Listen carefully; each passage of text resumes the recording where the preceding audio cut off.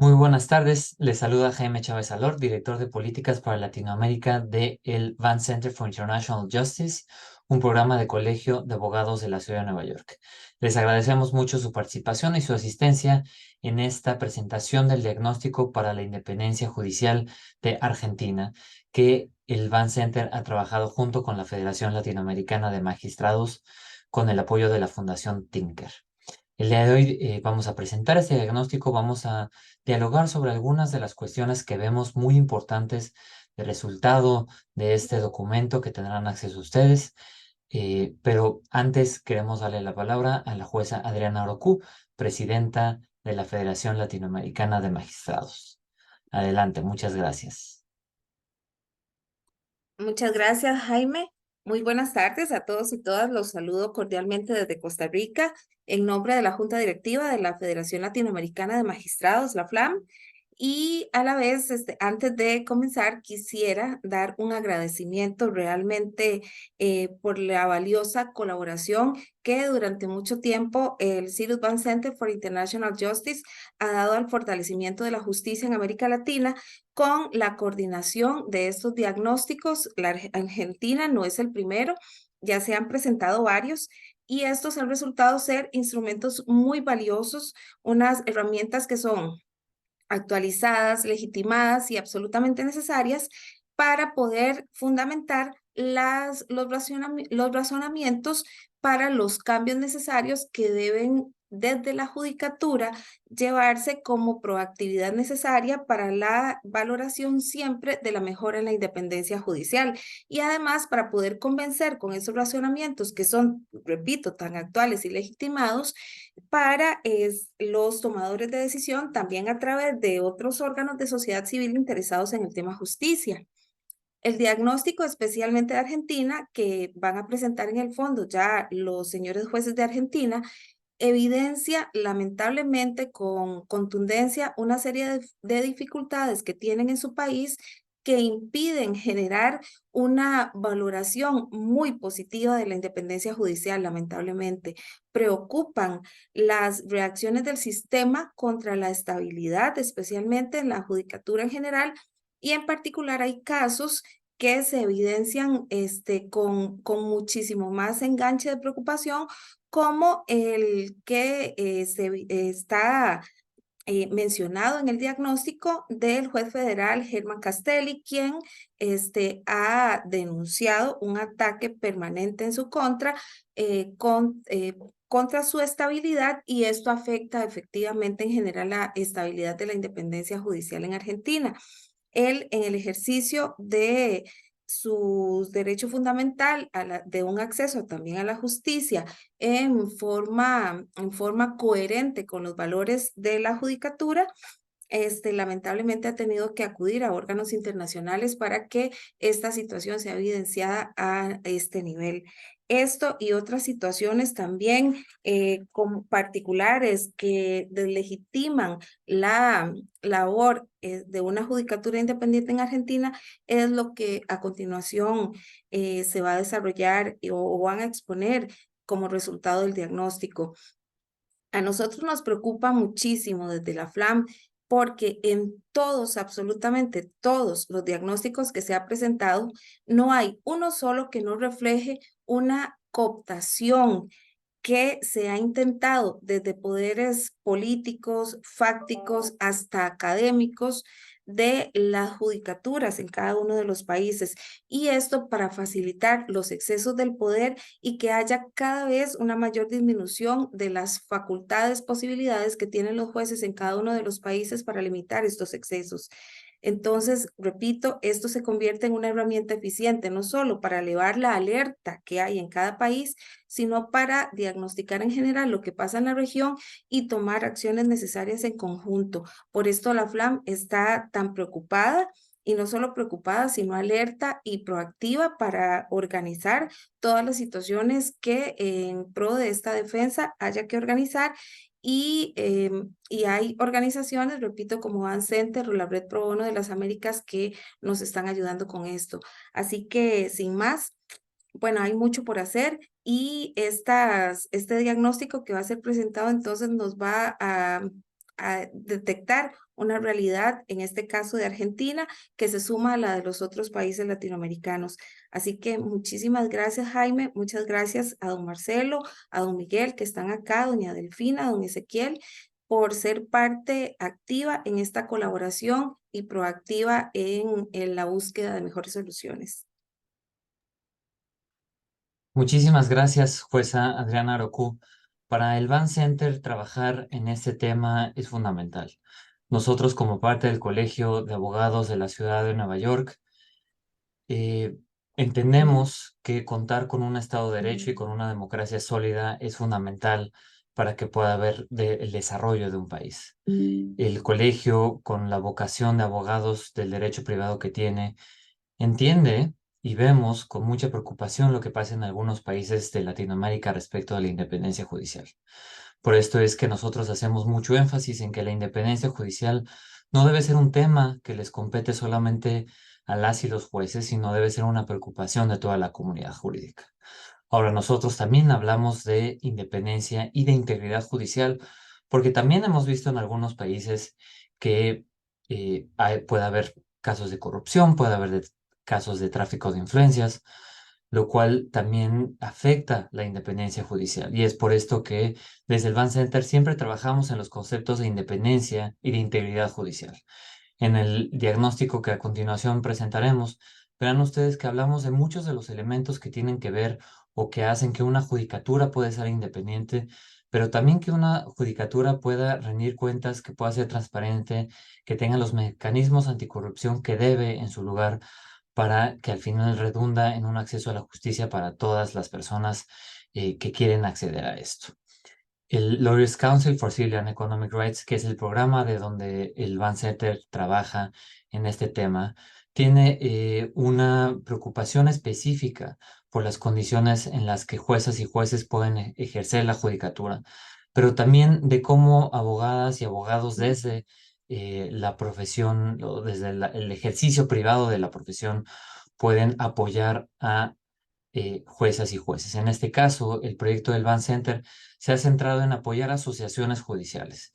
Y es por esto que trabajamos con la Federación Latinoamericana de Magistrados y con la Asociación Representante de Argentina en la FLAM para poder llevar a cabo esta serie de diagnósticos que lo que queremos es identificar, como ya mencionaba la jueza Urucú, en qué estado se encuentra. Son diagnósticos cortos que tienen por objetivo poder socializar en qué situación está esto. Sin más, quisiera también dar una bienvenida, un agradecimiento y la palabra a la abogada Delfina Balestra.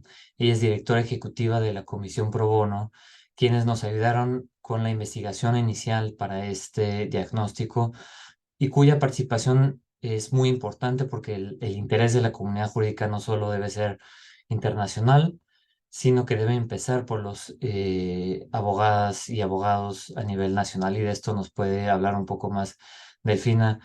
Muchísimas gracias por acompañarnos aquí esta tarde. Jaime, muchas gracias a vos y al Van Center por hacernos parte de este proyecto. También agradezco muy especialmente a la jueza Adriana Orocú, que es la presidenta de la FLAM, porque la verdad que la Federación Latinoamericana de Magistrados esté preocupado muy especialmente por nuestro país. A nosotros, como abogacía privada, nos honra mucho. Por ahí, para explicar brevemente quién soy, voy a tratar de ser lo más sintética posible. Soy la directora de la Comisión de Trabajo Pro Bono e Interés Público del Colegio de Abogados de la Ciudad de Buenos Aires. El Colegio de Abogados de la Ciudad de Buenos Aires es quien nos aloja y nos reúne. Somos más de 3.000 abogados y abogadas a lo largo y ancho de todo el país, que estamos trabajando en temas como transparencia política, calidad institucional, acceso a la justicia, discapacidad y otras temáticas, buscando el empoderamiento jurídico para que las personas conozcan sus derechos, puedan ejercerlos, pero ahí nos encontramos con el gran escollo, ¿no? Y ahí me parece que es lo interesante de esta conversación que se nos está dando, que es, bueno, cómo accedemos a la justicia si no tenemos una justicia independiente, ¿no? Entonces, gran parte de lo que hacemos desde la abogacía pro bono y esta abogacía privada es promover el acceso a la justicia de las personas en situación de vulnerabilidad socioeconómica, y el ejercicio efectivo solamente se puede lograr si tenemos calidad institucional en la Argentina. Así que a nosotros nos interesó particularmente cuando Jaime nos contacta desde el BANS para participar y que nuestros abogados puedan participar de este primer cuestionario o este primer assessment para que después puedan hacerlo. No dudamos un minuto en sumarnos porque estamos convencidos de la importancia de la independencia judicial, porque sin independencia judicial no hay posibilidad de acceso a la justicia para el 50% de la población que se encuentra bajo la línea de pobreza. Mucho más para decir, tenemos más de 40 universidades que trabajan en temas pro bono con nosotros, tenemos abogados en todo, perdón que cayó ahí abogados y abogadas en todo el país, y nos honra realmente poder colaborar con nuestro granito de arena y estar entre los primeros 3 países donde se presenta este trabajo, que sin dudas tendrá mucha incidencia en la comunidad toda, pero en especial en los más vulnerables, que siempre las fallas en la calidad institucional o en la independencia judicial dificulta el poder empezar a hablar de acceso a la justicia. Así que para nosotros es un honor estar acá, estaremos muy atentos a lo que vaya aconteciendo. Hemos trabajado en muchos temas de transparencia, hemos trabajado en acceso a la información de declaraciones juradas de los senadores, abogamos mucho por esto y la verdad que nos honra y agradecemos que nos dejen participar de este cambio sistémico que sin dudas nos requiere a todos muy juntos y trabajando colaborativamente. Muchas gracias. Al contrario, muchísimas gracias, Delfina, por tu participación en este evento, pero también por el trabajo que llevaron a cabo como parte de la Comisión de Trabajo Pro Bono. Siempre muy agradecidos y importante ver que abogadas y abogados de la comunidad jurídica estén involucrados e interesados en estos temas. Muchísimas gracias. Quiero darle la palabra ahora a mi colega Ezequiel Allende, consultor del Van Center, que nos ha estado apoyando con algunos de estos diagnósticos. Además, él es argentino, entonces era muy oportuno que Ezequiel nos pueda ayudar a describir qué contiene este diagnóstico a grandes rasgos, qué pueden esperar ustedes para cuando lo estén leyendo. Vamos a poner también en el chat el link al diagnóstico para que lo puedan consultar, pero adelante, Ezequiel, por favor. Bueno, gracias Jaime, buenas tardes a todos. Agradecer a Adriana y a Delfina, no solo por las palabras, sino también por toda la ayuda y el apoyo desde que les acercamos el primer cuestionario. Simplemente recordarle que este diagnóstico es parte de un conjunto de diagnósticos que se hicieron sobre todos los países de América Latina y que la idea principal, ¿sí?, del documento respecto a Argentina es presentar el marco normativo y las cuestiones institucionales que se diseñaron para implementar en Argentina con el objeto de garantizar no solo la independencia de la judicatura, sino que todo lo que haga falta para que los justiciables vean sus derechos protegidos, ¿sí? Se pretende identificar y explicar cuáles son los principales retos que enfrentan las autoridades en materia de independencia judicial para cumplir con sus mandatos y con las obligaciones internacionales, ¿sí? Queremos dejar claro que esto no es un análisis súper exhaustivo sobre la materia, sino que lo que se pretende es que esto sirva como una guía resumida y brindar elementos de análisis y herramientas de investigación para que quien lo consulte desde cualquier contexto. Para poder lograr esto, tratamos de utilizar un lenguaje lo más accesible posible, de simple lectura e interpretación fácil, y fuentes de consulta también accesibles que van a encontrar en las notas al final del documento para poder confirmar cualquier información o inclusive también ahondar un poco más en cualquier punto que les sea de interés o de necesidad. Como la gran mayoría de los presentes saben, Argentina es un país federal que está conformado por 23 provincias y la Ciudad de Buenos Aires, que también se la reconoce como tal, Y por esta razón, ¿sí?, cada provincia y la ciudad tienen sus propios poderes judiciales que confluyen, ¿sí?, en un sistema judicial nacional, en una estructura muy grande, y aclararles que el alcance de este documento está limitado simplemente al Poder Judicial de la Nación, ¿sí? No responde a los extremos de los poderes judiciales locales de las provincias en particular. Como un primer punto de análisis, detallamos en el principio del documento cuál es la composición de ese Poder Judicial de la Nación. Se hace una breve referencia a la Corte Suprema de Justicia, a los juzgados de primera instancia, a las cámaras de apelación, se explica cómo son creados, cuál es la letra de la ley que los contempla, ¿sí?, y cómo se prevé la administración y la conformación de estos tribunales. También hay una referencia al Consejo de la Magistratura, que forma parte del Poder Judicial, pero a nivel académico, desde hace muchísimo tiempo existen opiniones divididas y algunos discuten si es o no un órgano del Poder Judicial o un órgano extrapoder, justamente por las tareas de administración que tiene respecto del recurso humano, la designación de los jueces, la remoción de jueces y las cuestiones disciplinarias y administrativas, ¿sí?, que lleva a cabo. Eso por un lado. Como otro punto de análisis que nos resultó importante, se hace un análisis muy importante sobre los procesos de nominación, selección y nombramiento, ¿sí?, de los distintos magistrados y jueces en los distintos niveles. Lo que van a encontrar es un detalle de cuáles son los mecanismos para el acceso a la judicatura en los diferentes grados, ¿sí?, con una referencia tanto a la transparencia como a las garantías que suponen los procesos de selección y los nombramientos de los aspirantes.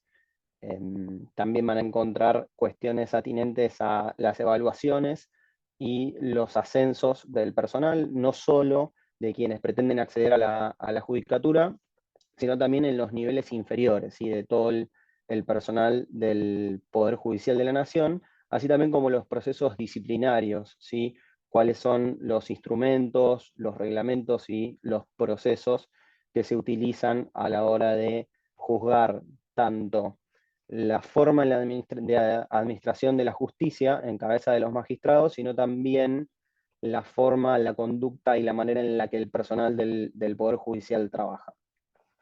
Otro de los puntos que nos resultó importante es atinente a la capacitación del personal judicial, ¿sí? Si bien gran parte de la capacitación es voluntaria y depende obviamente de la intención y de las posibilidades, no solo de cada juez, sino también de cada uno de las personas del recurso humano, todo del Poder Judicial, en el ámbito de la nación existe la escuela judicial, ¿sí?, que si bien no es obligatoria para ascender o ser promovido, suele ser evaluada en determinadas situaciones y en general la gente que pasó por la escuela judicial tiene mejores oportunidades que la gente que no. Esta escuela judicial tiene como principales objetivos no solo la capacitación y la actualización continua de los magistrados, sino la formación de los aspirantes a la magistratura y la incentivación de una reforma cultural en cuanto a la administración de justicia que apunte a una gestión de calidad, sobre todo, ¿sí? Hay distintos tipos de programas, algunos son obligatorios, como por ejemplo el programa de capacitación en materia de perspectiva de género, que para todos los que somos partes del Poder Judicial argentino se conoce mucho mejor como la Ley Micaela, y otros optativos que se cuenta con un amplio espectro de temáticas en la oferta curricular, de manera gratuita y en programas muy completos y bien ofrecidos, ¿sí? Por otro lado, encontramos un acápite que habla de la gestión del gobierno judicial y de los poderes administrativos y financieros también, ¿sí? Obviamente, como todos los poderes del Estado, el Poder Judicial no solo tiene una función de administrar justicia, sino también que tiene compromisos de índole administrativo y de índole legislativo también. En ese punto del análisis van a encontrar las distintas tareas administrativas que atienden cuestiones del funcionamiento interno de un órgano de semejante tamaño como el Poder Judicial de la Nación, en lo atinente a regímenes de vacancias, licencias, ascensos, el calendario judicial hábil y un montón de obligaciones legislativas también en el Poder Judicial. Con respecto a estas tareas no judiciales, por así decirlo, también van a encontrar un desarrollo bastante detallado de cómo funciona la materia presupuestaria, ¿sí? Que está en manos de la Corte Suprema de Justicia de la Nación, que tiene distintas secretarías que se encargan de preparar el presupuesto, ¿sí? De gastos y recursos del Poder Judicial, con todos los mecanismos y los principios para garantizar la transparencia y la eficiencia de esos recursos, y también queda claro lo difícil de esta tarea, ¿sí? Porque no solo determina las remuneraciones del recurso humano, sino también las cajas asignadas a cada dependencia, los recursos otorgados a infraestructura, el funcionamiento de todo lo que tenga que ver con el día a día del Poder Judicial. Bien. Por otro lado, también van a encontrar un capítulo que dedicamos a la seguridad de los operadores de justicia. Para hablar de esto, lo que nos pareció la mejor manera de abordarlo fue dividirlo en seguridad jurídica y seguridad física del recurso humano del Poder Judicial. En cuanto a la seguridad jurídica, hablamos de la inmunidad jurisdiccional que tienen los magistrados y se detallan los distintos mecanismos y las herramientas disponibles dependiendo del grado del juez y de la materia en cuestión. También van a encontrar cómo opera el juicio político y los mecanismos de destitución de los distintos grados jurisdiccionales. Y con respecto a la seguridad física, ¿sí? Van a encontrar un análisis donde se habla de las necesidades de cubrir la exposición a un potencial peligro, ¿sí? Que se presenta en las distintas reparticiones. Obviamente no es lo mismo el peligro que se corre en un juzgado de seguridad social o en un juzgado laboral, que en un juzgado criminal y correccional, en un juzgado de familia o en lugares donde se traten delitos delicados. Ahí van a ver el vínculo que hay entre el Poder Judicial y la Policía Federal y cuáles son las posibilidades que tiene cada magistrado de administrar esos recursos y de solicitar inclusive no solo personal de seguridad para sí mismos y para las dependencias que manejan, sino hasta para sus familias, ¿sí? También nos parecía importante hablar de toda la corrupción en el sistema judicial y hacer hincapié en la obligatoriedad de denunciar este tipo de delitos cuando se descubren, ¿sí? Hablamos del trámite de la denuncia, cómo se encuentra regulado en las distintas leyes nacionales y en el reglamento de la Comisión y Disciplina, y a lo largo del tratamiento de este análisis van a poder encontrar en el documento cómo operan, ¿sí?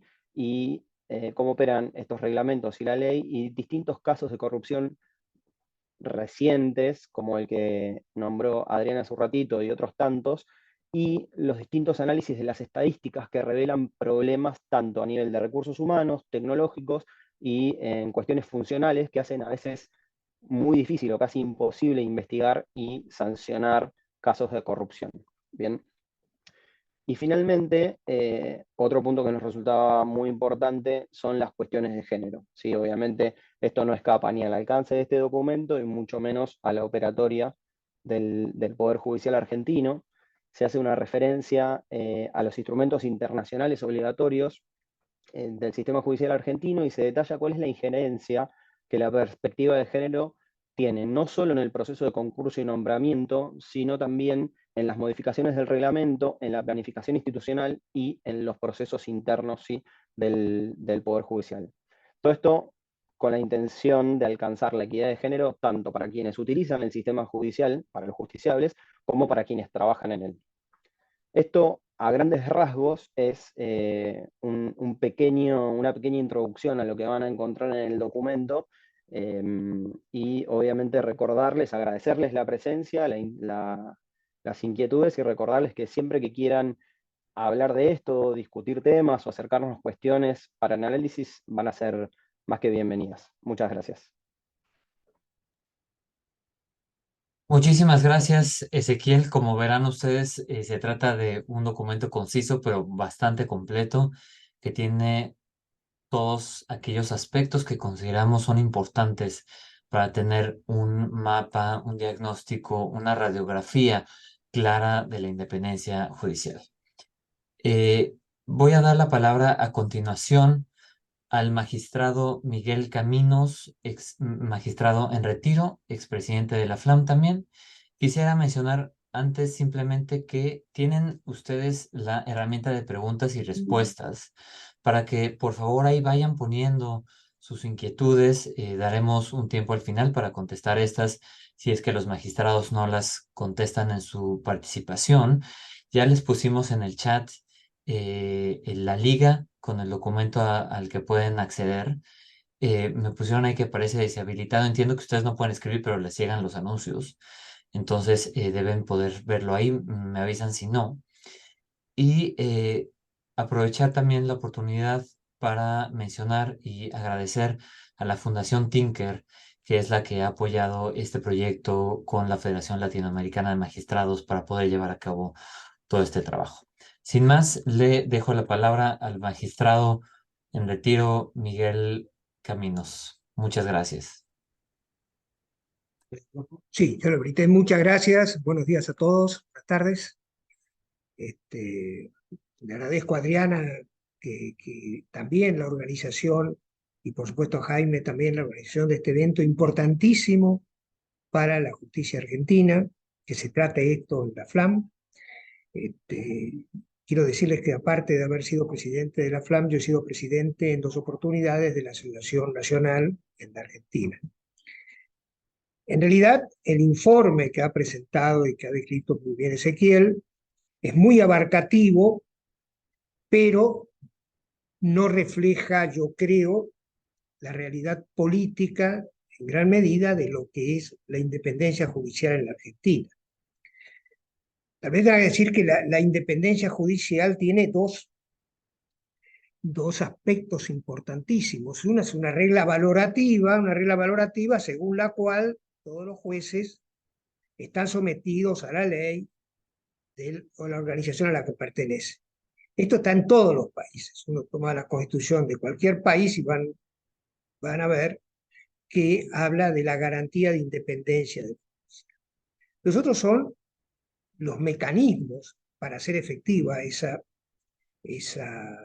independencia. Y en nuestro país quiero decir que nosotros tenemos en la Constitución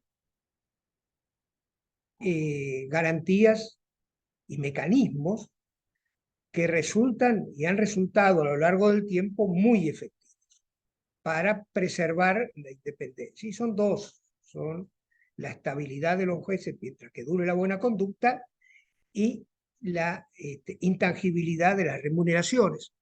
Todos aspectos se ha elaborado una serie de doctrinas que ha protegido generalmente a los jueces.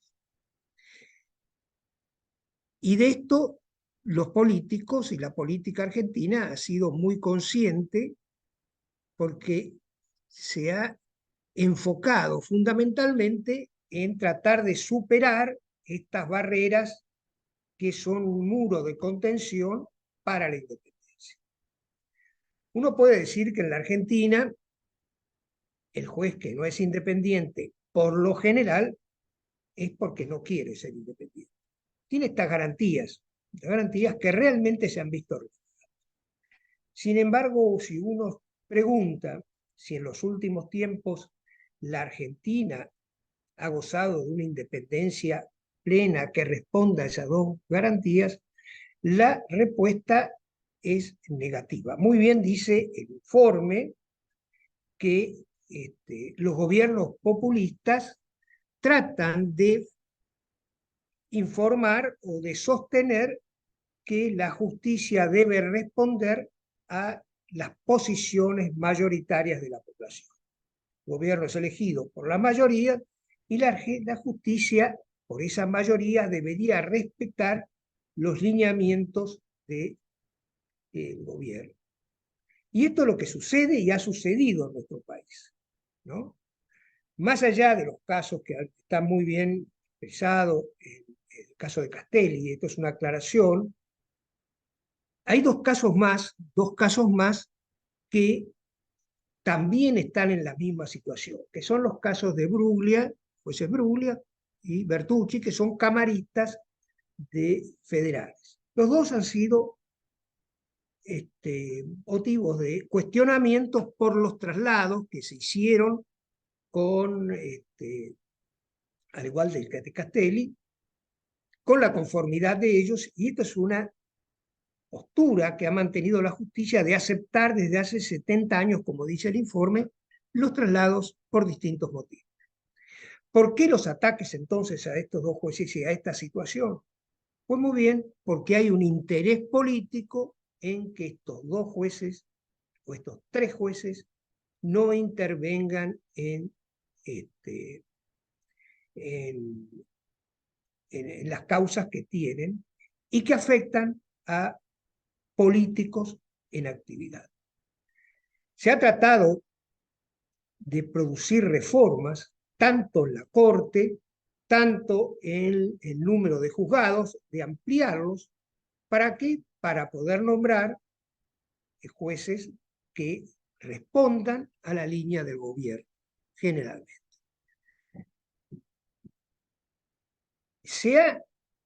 No se ha podido vencer ese muro de contención. Eso gracias también a que la Corte Suprema ha mantenido estos principios a rajatabla. Sin embargo, el desprestigio, se ha buscado el desprestigio frente a la población de cualquier tribunal que dicte alguna sentencia en contra de quienes están ejerciendo la política. Y esto me parece que tiene dos cuestiones.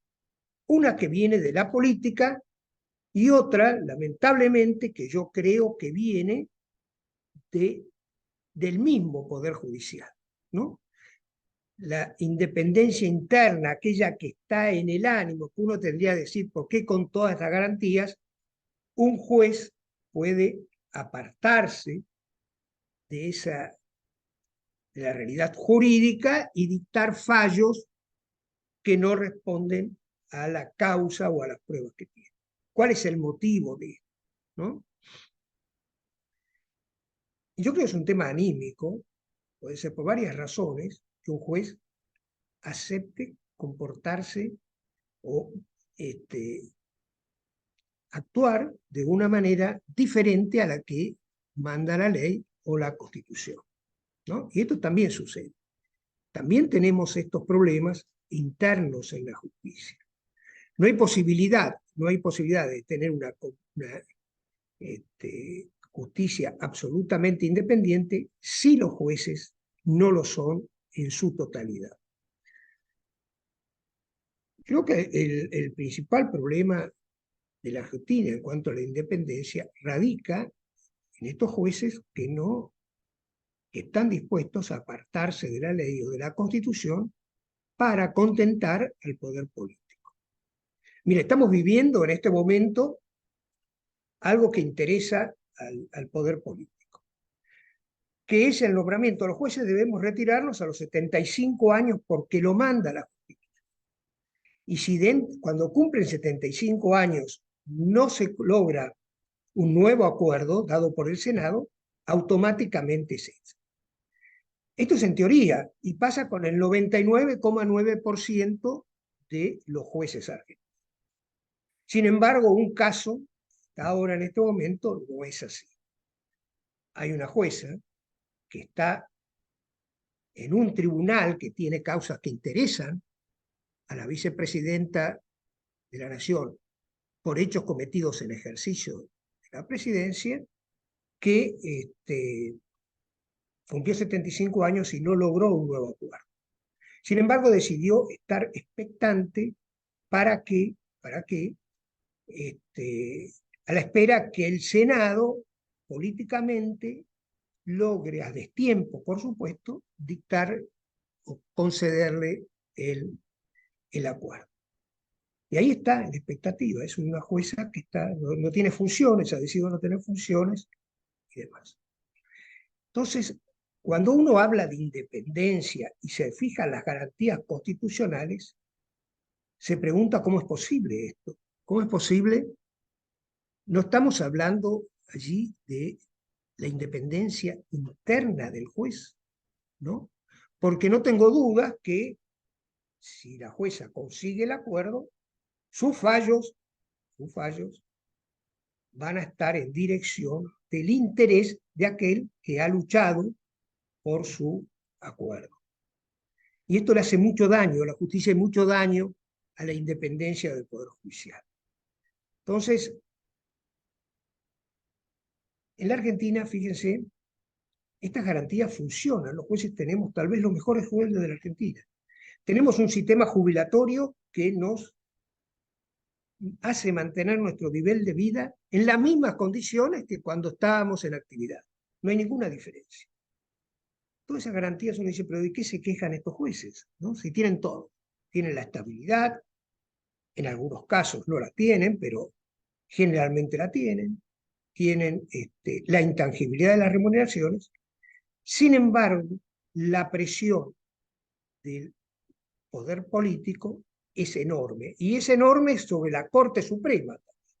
La Corte Suprema, que actualmente tiene 4 miembros, está sometido a un impeachment o a un juicio político, todavía no se ha iniciado, pero sí a los trámites previos que se realizan en la Cámara de Diputados, ¿no? Por unos argumentos absolutamente irrelevantes para echar a toda la Corte Suprema de Justicia.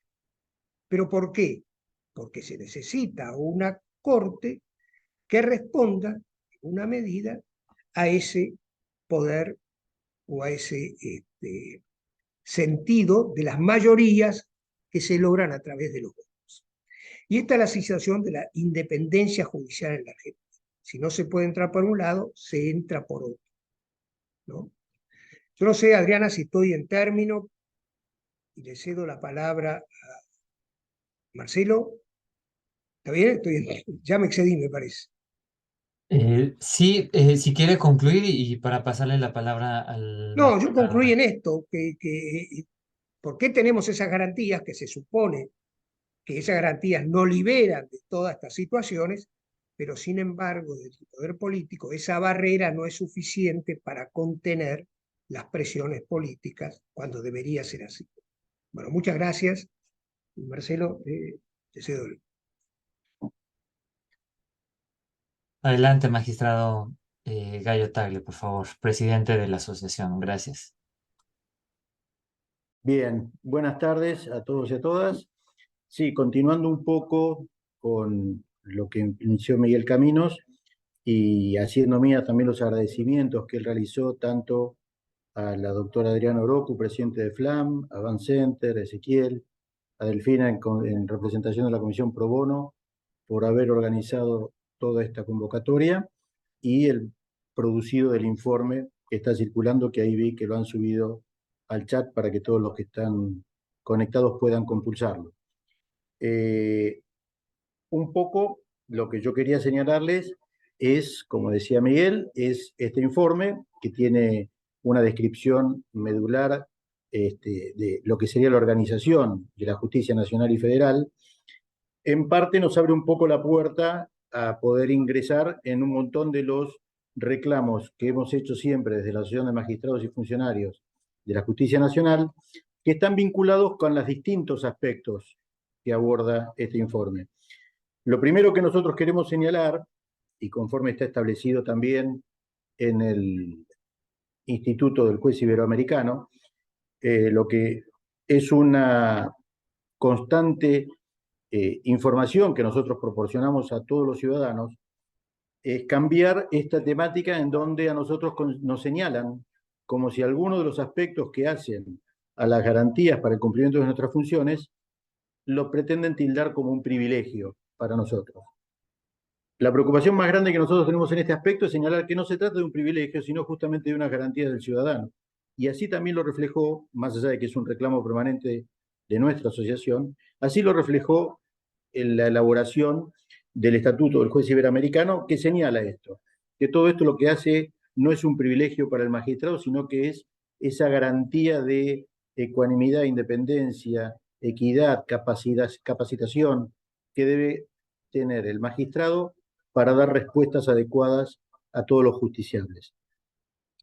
En ese sentido, uno de los aspectos centrales que deberían girar alrededor de todo esto y sus ramificaciones, pero el tema central, que también lo enunció Miguel Caminos, el tema central es que en nuestro país lo que estamos sufriendo desde hace ya muchísimos años es que cada proyecto de reforma de alguna legislación solo obedece en forma de respuesta a algún resultado adverso que el poder de turno obtiene a partir de las distintas acciones judiciales que se han llevado adelante.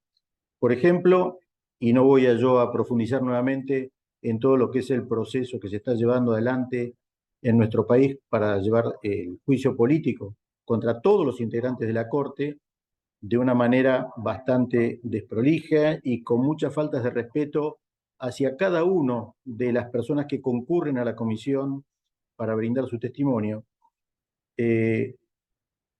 Previo a todo eso también se intentó, por distintas formas, modificar el número de integrantes de la Corte.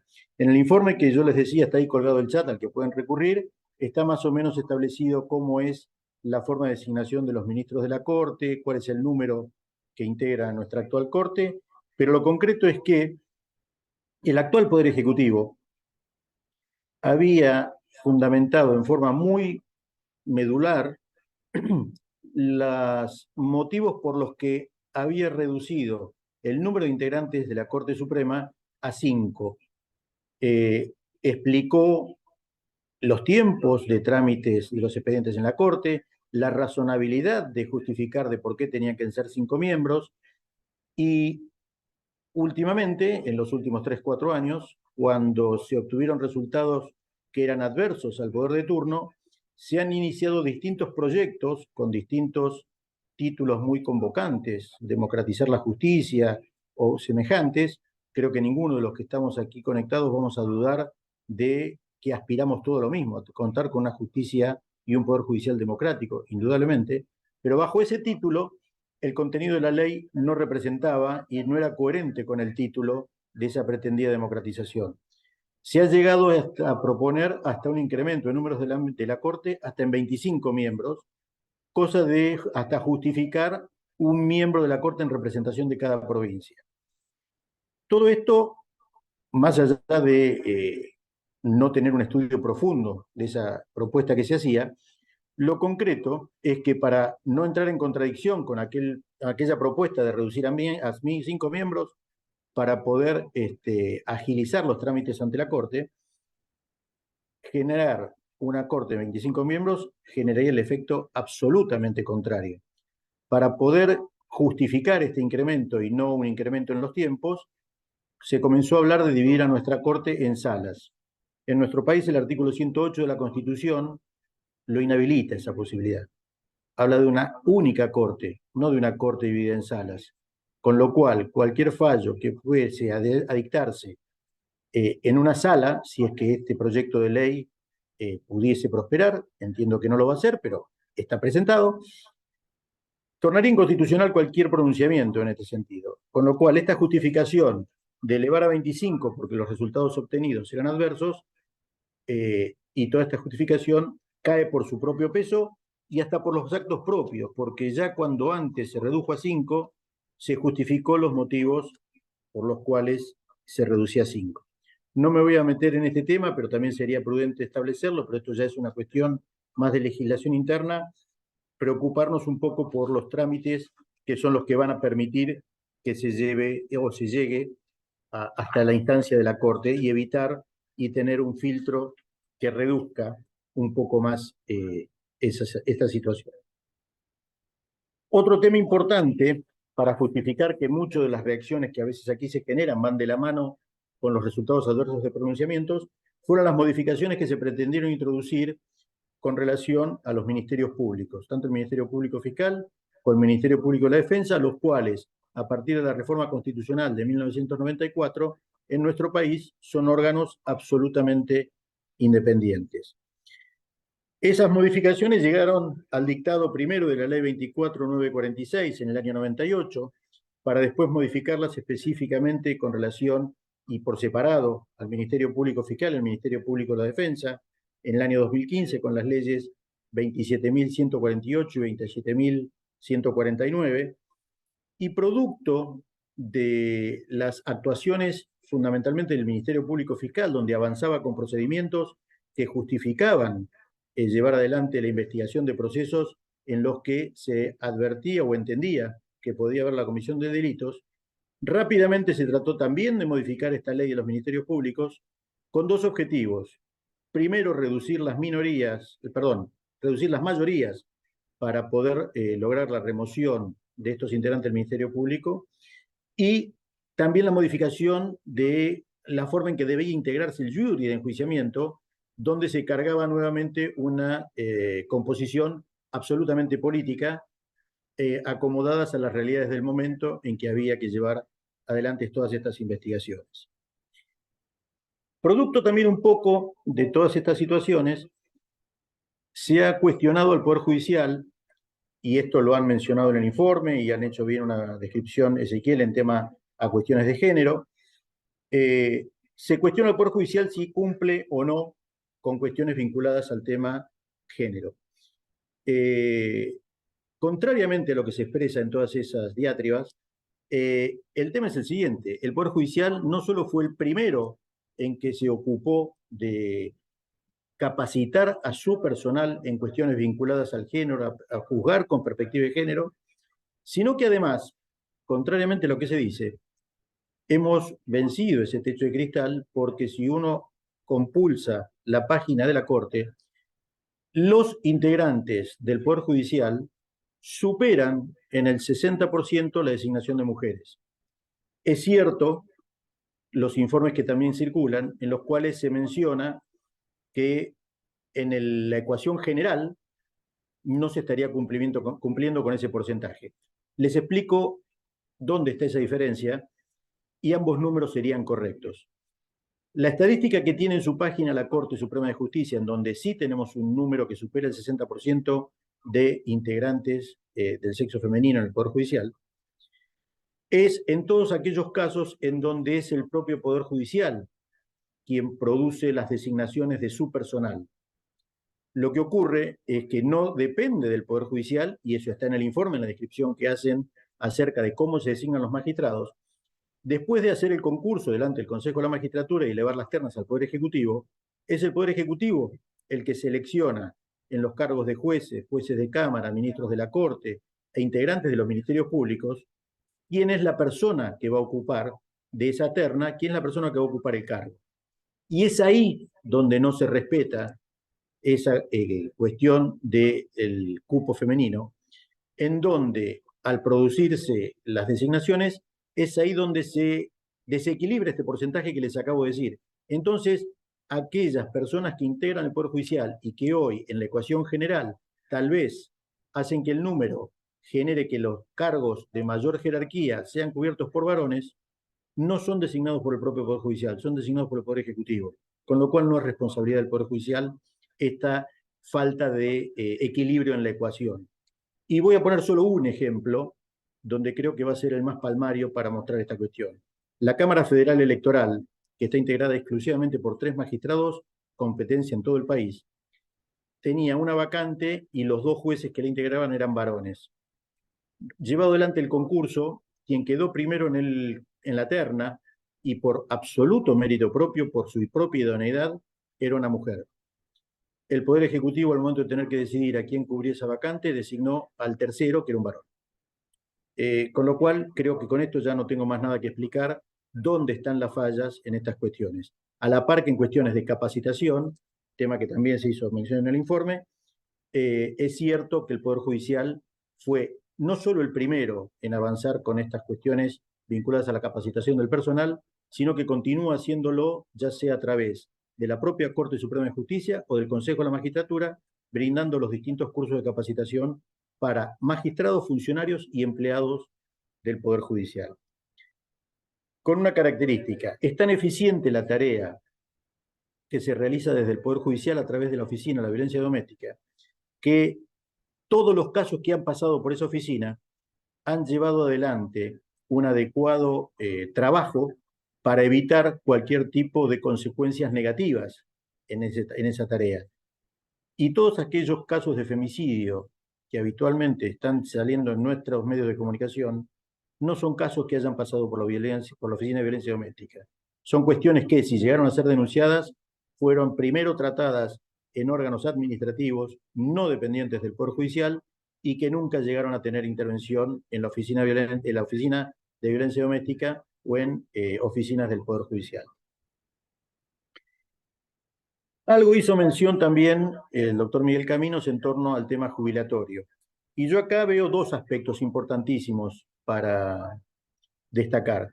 En nuestra ley, que fue modificada días antes de la pandemia, que el actual Poder Ejecutivo, desde su asunción y hasta la pandemia que cerró un montón de dependencias en el Poder Judicial, en el Poder Ejecutivo, en el Poder Legislativo y en todas las áreas administrativas, dictó solo una única ley, la ley modificatoria de nuestro régimen jubilatorio. Ahí tuvieron la energía necesaria para dar avance con esta cuestión sin hacer ningún estudio ni análisis de lo que se estaba llevando adelante. ¿Por qué digo esto? Porque el porcentaje de nuestro salario que se retenía antes de esa modificación era diferente al de los demás ciudadanos, con lo cual no era un régimen de privilegio, sino un régimen especial, organizado y armado para poder ser autosustentable. En el único momento en que no es autosustentable es cuando existen vacantes, como ocurre en la actualidad, en la época de la reforma de esta ley, y con anterioridad también, hace más de 5 años que no podemos bajar el porcentaje del más del 30% de vacantes en el Poder Judicial. Si todas esas vacantes estuvieran cubiertas como corresponde y a todos los magistrados y funcionarios se les realizaran los descuentos que corresponden por ley, con ese porcentaje del 12% ya se cubría la ecuación para poder satisfacer nuestro régimen jubilatorio y el Estado no tenía que poner un peso para poder pagar nuestras jubilaciones. Ahora bien, fue uno de los tantos métodos también utilizados a los efectos de invadir esa independencia del Poder Judicial, modificando nuestra ley bajo argumentos de privilegio, y donde al momento de justificar ese privilegio se exhibió a la ciudadanía una deuda que no era del Poder Judicial, que cuando pedimos que exhibieran los números, el Poder Legislativo se negó a hacerlo, y cuando nosotros tuvimos que hacer una actuación actuarial para determinar cuál era esa deuda, se quedó ratificado que la deuda no era nuestra, sino que era todo el sistema jubilatorio argentino, y que ese número se lo imputaban al Poder Judicial. No contesto con eso hasta se habló algún legislador de modificar porque algunos aspectos colaterales de esta ley habían sido dictados en el año 1976 como único argumento para justificar la modificación, que era dictado por la dictadura. Yo acá no voy a hacer análisis sobre ese aspecto, solo si la legislación sea dictada en uno u en otro momento, es idónea, no es inconstitucional.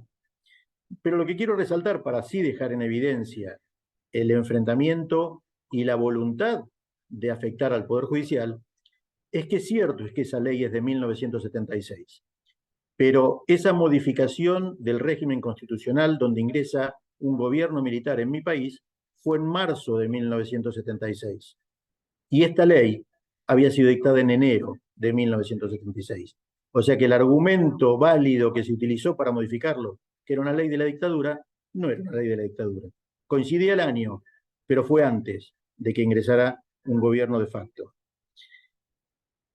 Modificada esta ley se llevó el porcentaje al 18%, con lo cual si nosotros antes cubríamos adecuadamente nuestro sistema jubilatorio, con ese 6% de incremento lo cubrimos sobradamente. Y yo antes les empecé a decir, y creo que no redondeé, que esta diferencia de la retención que hacen de nuestros saberes, a diferencia de los demás ciudadanos, es que nuestra retención no tiene techo con relación a nuestro salario. En cambio, el de todos los ciudadanos de mi país, cualquier retención que era de un porcentaje menor, del 11%, sí tenía un techo, con lo cual, en la medida que el ingreso de ese ciudadano superara con creces y que ese 11% fuera más elevado, a la época de la modificación, que fue en febrero de 2020, era de 150.000 pesos de la moneda de mi país. Nosotros superábamos con creces ese monto. Otra incongruencia de esta modificación, que hoy estamos pagando también las consecuencias, no solo nosotros, sino los ciudadanos, es que esa ley permitía que los magistrados jubilados pudieran ser convocados para subrogar inmediatamente esas vacantes. Esa derogación, sin justificación alguna del por qué se la quitaba, porque no implicaba quitarnos un privilegio a ninguno de los integrantes del Poder Judicial, sino que era una facultad que tenían para poder rápidamente cubrir las vacantes que el Poder Ejecutivo y el Legislativo, perdón, no cubrían. Autoritariamente se derogó sin dar mayores explicaciones de cuál era la justificación y la incompatibilidad para esa circunstancia. Siguiendo en esta cuestión, y ya termino, son 3 puntitos más para profundizar el informe, también se han propuesto crear un sinnúmero de juzgados, a la par que se trató de quitarle cierto poder a los juzgados que entendían podían afectar, los juzgados federales, que entendían que podían afectar esos intereses del Poder Ejecutivo de turno. Indiscriminadamente se crearon juzgados federales por todo el país. Para los que no son de la República Argentina, estamos en un proceso de modificación del sistema procesal penal e ingresando al sistema acusatorio, que gradualmente se está desarrollando en distintas provincias. La pandemia detuvo un poco ese avance y estamos en vías de que eso incremente. Ese proyecto estuvo tan en forma inconsulta llevado adelante y con tantos apuros para poder buscar restricciones que tenía un sinnúmero de errores.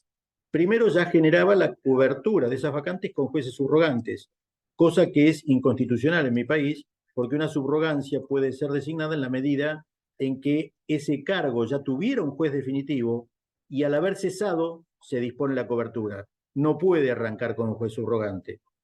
Por otro lado, yo les dije que estábamos ingresando en el proceso acusatorio. En el proceso acusatorio no podemos crear más juzgados, sino que lo razonable hubiera sido crear más fiscalías, que era lo razonable. Y en paralelo con eso, las defensorías necesarias para poder intervenir en esos procesos y dar adecuada cobertura y defensa a las personas que estuvieran siendo investigadas en esos procesos. Esto va de la mano también un poco con lo que les decía antes, esta modificación que se pretendió hacer del área de Ministerio Público para reducir tanto las mayorías para su destitución como la integración del jurado de enjuiciamiento. En el informe se habla un poco de que en cuanto se refiere al Consejo de la Magistratura, en cuanto a que favorece a los jueces la forma en que está integrado el Consejo de la Magistratura. Yo discrepo un poco con esa afirmación por 2 razones. Primero, hace muchos años nosotros venimos cuestionando la composición del Consejo de la Magistratura, que de la manera que está creado es un órgano absolutamente politizado, donde la mayoría de sus integrantes responden a determinados sectores de la política y no a sectores técnicos o judiciales, que serían quienes debieran tener mayor número de representantes en el Consejo de la Magistratura. Tanto es así que no favorece el actual sistema del Consejo de la Magistratura a los jueces, sino todo lo contrario, que cuando a mí me tocó trabajar en el Consejo de la Magistratura, de numerosas facultades me pedían que les enviara el reglamento para la designación de magistrados, porque era un reglamento espectacular para designar docentes. Y es así. El reglamento del Consejo de la Magistratura es un reglamento muy bueno para la designación de un docente, no para la designación de un magistrado. Para la designación de un magistrado, lo que tenemos que tener en consideración son los antecedentes de esa persona para poder determinar que esté en condiciones idóneas de llevar adelante esta función de ser magistrado. Que del mismo modo que si yo, habiendo estado toda mi carrera en el Poder Judicial, quisiera ir a ejercer la profesión de abogado, seguramente cometería un sinnúmero de errores por la falta de oficio. Al inverso ocurre lo mismo. Nos ha sucedido que varios magistrados que han ingresado desde la abogacía, por falta de oficio, han cometido numerosos errores en el transcurso de un proceso. No es para generalizar, nosotros no somos de generalizar, hemos recibido brillantes profesionales de la profesión, pero en la mayoría de los supuestos eso no es lo que ocurre. Y hoy les doy otro ejemplo. El examen, la oposición que aquí se rinde, bien se habla en el informe que es anónima. Al ser anónima, y en la medida que eso siempre se respete, algún caso no se ha respetado y ha generado alguna causa penal sobre el particular, en la medida que eso se respete, los que siempre obtienen los primeros lugares después de realizarse la oposición son los integrantes del Poder Judicial. Pero no por una cuestión de una capacidad superior, sino por una cuestión de oficio y por una cuestión de conocer de lo que estamos trabajando y lo que estamos hablando y poder aplicar su experiencia al momento de llevar adelante esa oposición. En estas leyes que les estuve mencionando antes, donde se pretenden introducir tantas modificaciones en perjuicio de la independencia del Poder Judicial, para degradar aún más la función del Consejo de la Magistratura, se pretendía eliminar los antecedentes, o sea, acompañar el currículum de cada uno de los concursantes para saber cuál era su historia y sus capacidades en cuanto a la posibilidad de acceder al cargo. Cosa que es absolutamente injustificable, porque esa posibilidad de acompañar los antecedentes nos permite conocer la historia de esta persona, cómo se ha desempeñado y poder evaluar sus capacidades también para evaluar esta cuestión. Ahora bien, esos antecedentes acorde con lo que estamos señalando antes, no para una carrera docente. Me dicen que tengo que ir cerrando, así que voy a apresurar. Esto que estamos hablando en cuanto a los concursos de la capacitación también son rubros reconocidos en el Instituto Iberoamericano, perdón, el Estatuto Iberoamericano, el Juez Iberoamericano. Y voy a cerrar con dos temas. Uno, en cuanto a presupuestario, que sí comparto un poco lo que está en el informe, en cuanto se señala que el presupuesto es utilizado del mismo modo que la jubilación y demás, a los efectos de intentar coartar la independencia del Poder Judicial, restringiendo las partidas presupuestarias necesarias no solo para sueldos, sino para poder organizar adecuadamente el funcionamiento de todos sus tribunales. Y el tema que me queda para el final, que veo, de acuerdo cómo vengan las preguntas y demás, lo profundizaré, es el tema del traspaso de la justicia nacional a la justicia de la ciudad, donde hay innumerables cantidad de obstáculos legales que impiden cumplir con ese traspaso en el que tanto se insiste, además de cuestiones presupuestarias, además de cuestiones en donde el Ministerio Público, Fiscal y de la Defensa no son como en la Justicia Nacional autónomos, sino que dependen del Consejo de la Magistratura, no hay presupuesto, en fin, hay un sinnúmero de temas que después si puedo avanzar lo argumento, pero como ya me están señalando que me excedí el tiempo, no quiero seguir cansándolos ni aburriéndolos. Muchísimas gracias. Muchísimas gracias, magistrado Gallo Tagle. Tenemos algunas preguntas del público. Entiendo que un tema ya se abordó, pero por si tiene algo más que agregar, dice la pregunta: entiendo que el sistema jubilatorio de los magistrados fue modificado recientemente, generando confusión con un texto legal lejano a las garantías y mandas constitucionales, y ello también fue en dirección a conseguir vacantes por parte del gobierno de turno y menoscabar la independencia del Poder Judicial. ¿Esto es así? Esto es una pregunta. Y otra es, preguntan si no se afectó a la independencia judicial cuando se exigió a los candidatos a jueces prestar conformidad con el pago de ganancias y traspaso de la justicia nacional a la Ciudad Autónoma de Buenos Aires, que entiendo era el punto al que iba. Así que pueden tomar ¿Cómo voy yo? la palabra.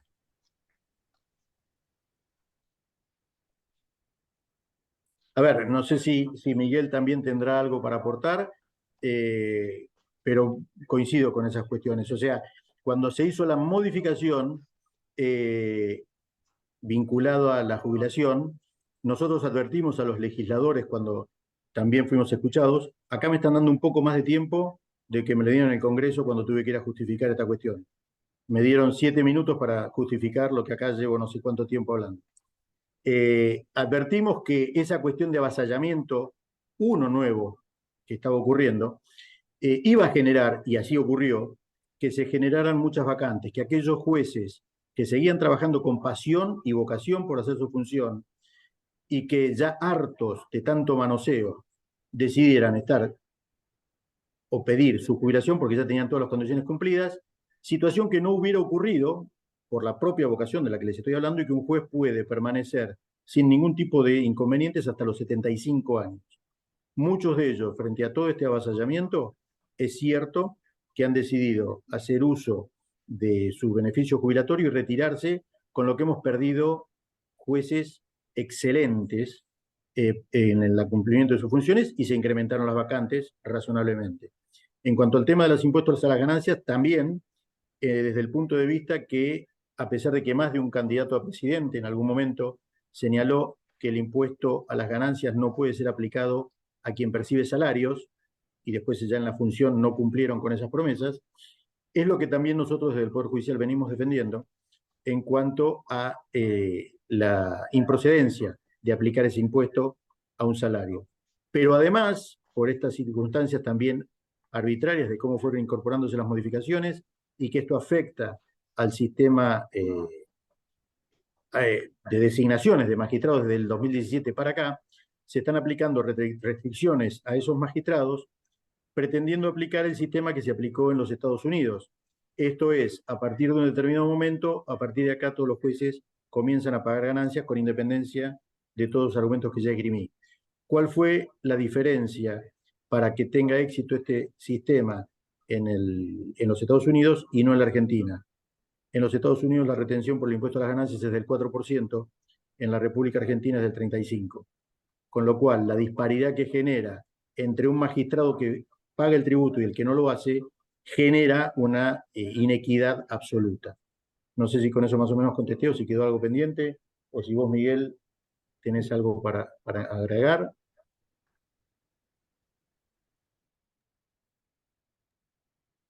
Todos estos problemas de jubilatorios y de impuestos a las ganancias han sido una herramienta siempre, y lo es actualmente, para desprestigiar a la Argentina, a la justicia frente a la opinión pública. Hoy, luego de todas estas modificaciones y demás, lo primero que hace, lo vemos, los que están siguiendo el juicio político a los jueces o a la comisión, permanentemente los legisladores nos imputan no pagar impuestos a las ganancias, como si dependiera de nosotros disponerlo, ¿no? Cualquiera libre que quiera pagar impuestos a las ganancias paga sobre nuestros salarios. Lo que sucede es que la Constitución no permite la disminución. Se han propuesto muchísimos, hemos propuesto desde la asociación muchos remedios a esto. Nunca se han sido aceptados. ¿Y por qué no aceptaban? Porque siempre ha sido esto una forma de denigrar a la justicia, de desprestigiarla, diciendo que estamos a espaldas del pueblo. Esto es permanentemente. Y con las jubilaciones ha pasado algo similar. Trataron de modificar, es decir, de hecho la modificaron, pero como bien dijo Marcelo, a los jueces que se jubilaban le sacaban la condición del estado judicial. Que la única ventaja que tenía eso era no producir lo que sucedió durante mucho tiempo y actualmente sucede, es que haya tal cantidad de vacantes sin cubrir. Los jueces eran llamados, si uno lee el informe que produce, que estamos tratando, también hablan, cuando se habla del Consejo de la Magistratura, de las sanciones de los jueces, se habla sanciones de los jueces también a los jubilados, ¿no? El Consejo de la Magistratura también observaba el desempeño. ¿Por qué? Porque antes de esa ley se convocaba a los jueces jubilados para cubrir las vacantes durante el periodo hasta que se designaba a otro juez, ¿no? Estas cosas que se han hecho, que no tenían tienen un solo objetivo, que era someter a los jueces, y someter a los jueces frente a la opinión pública, mostrándolos como privilegiados, ¿no? Esto es lo que ha hecho. Y la gente que desconoce todos estos detalles, por supuesto, los repiten, y los jueces pasaron a ser un sector absolutamente privilegiados a los ojos de la opinión pública, de buena parte de la opinión pública, ¿no? Entonces, es muy difícil ejercer la magistratura frente o en una situación de desprestigio social, ¿no? La independencia de los jueces lo que busca precisamente es que el juez tenga un tenga ese prestigio social, porque ¿a dónde va a recurrir la población para enfrentarse al Poder Ejecutivo, para enfrentarse a los temas económicos? ¿A dónde va a recurrir? A un tribunal. Y para recurrir a un tribunal solamente, que es el único lugar que tiene la población para defender sus derechos, necesita jueces independientes y que estén respaldados por prestigios personales. Bueno, todo esto es producto de la imputación, la investigación por delitos y condenas al actual presidente, vicepresidente, entonces presidente, y a otros ministros que la acompañaron. Todo esto está vinculado, o la mayoría de las cosas, vinculado a ese tema, ¿no? Gracias. Jaime, si me permitís, simplemente para poner en contexto, Por sumando favor. las palabras de Miguel y de Marcelo, para las personas que no están muy empapadas de el sistema de nombramiento de los jueces, entiendo que la pregunta del distinguido doctor Beade refería a una cuestión que se suscitó en los últimos llamados a audiencias públicas en el Poder Legislativo para la gente que se había postulado, ¿sí?, a las distintas vacantes jurisdiccionales. Y una de las preguntas que se le hizo en el recinto de legisladores, casi que la única común, es si ellos estaban dispuestos o no a pagar el impuesto a las ganancias, ¿sí?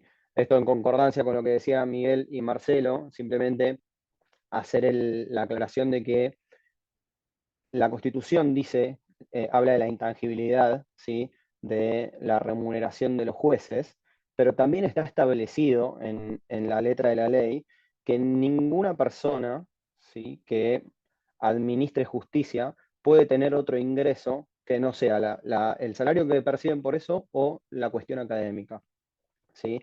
Así como se habla de que no va a haber una carga impositiva a sus salarios, también se les restringe cualquier otro tipo de actividad económica o profesional que les permita tener cualquier otro tipo de ingresos. Simplemente hacer esa pequeña aclaración.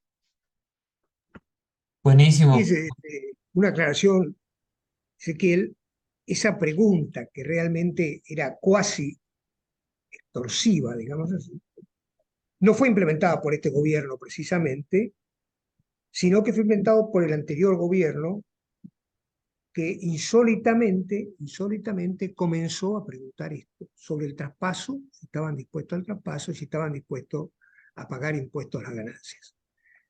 Ponía a quien está concursando en una posición.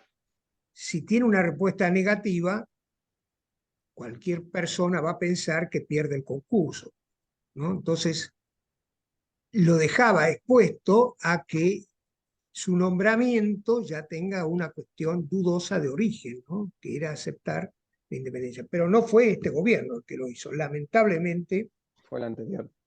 Inclusive, simplemente destacar que es uno de los 4 puntos que se intenta evaluar, ¿sí?, en esas reuniones en el legislativo. Se intenta evaluar la idoneidad del aspirante, ¿sí?, su aptitud funcional, la voluntad democrática y su compromiso con una sociedad igualitaria. Entonces, ante esos puntos de evaluación, preguntar si están dispuestos o no a que se grave impositivamente su salario es casi extorsivo, totalmente. Tal cual. Muchísimas gracias. Les agradezco mucho la participación, magistrados, Ezequiel. Son puntos muy importantes.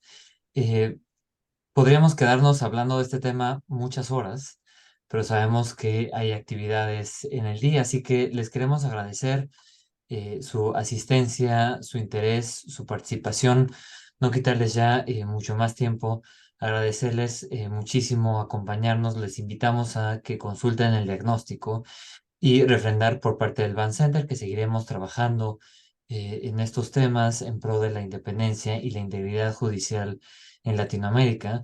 Y dejaría a la jueza Adriana Orocu, presidenta de la FLAM, para que nos dé las últimas palabras y con eso cerramos. Muchísimas gracias.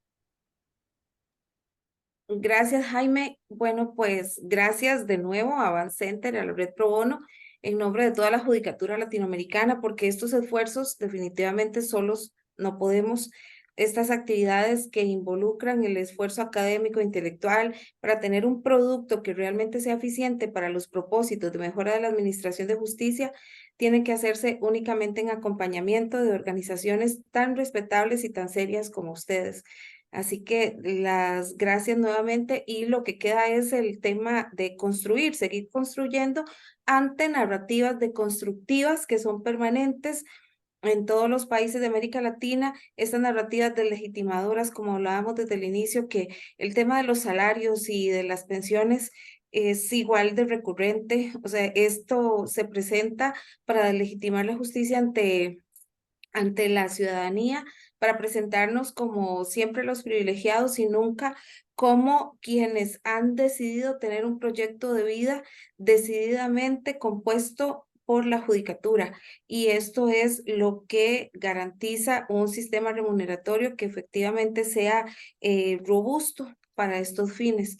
Entonces, bueno, que en realidad lo único que nos queda, como digo, es seguir construyendo y seguir construyendo, pero únicamente con las bases del asociacionismo, que esto es el mensaje final que siempre nos debemos de volver a recordar, que únicamente a través de una estructura que realmente nos fortalezca como organizaciones de jueces, y no en forma individual, sino como organizaciones de jueces nacionales e internacionales, vamos a tener estas repercusiones importantes que nos garanticen algún tipo de incidencia en cada uno de nuestros países.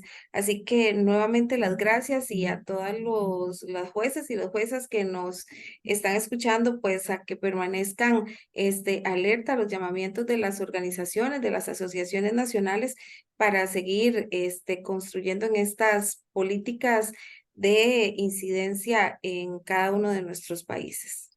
Así que muy buenas tardes. Muchas gracias. Buenas tardes. Buenas tardes, Buenas gracias a tardes. ustedes.